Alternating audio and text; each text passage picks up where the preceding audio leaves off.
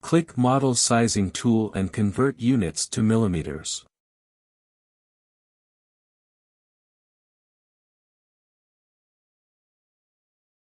Go to Menu Bar, click Relief tab and then click Export Relief. Click Create Triangular Mesh tool.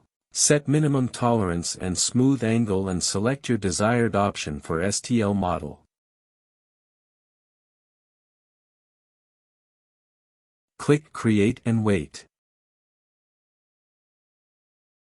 The blue model is actually triangular mesh and is ready to save as STL.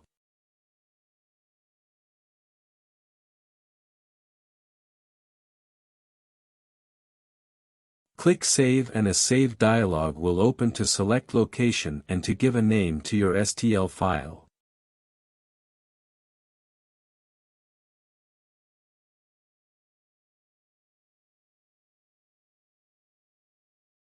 Your ArtCam model is now saved in STL file format and you can close your ArtCam software.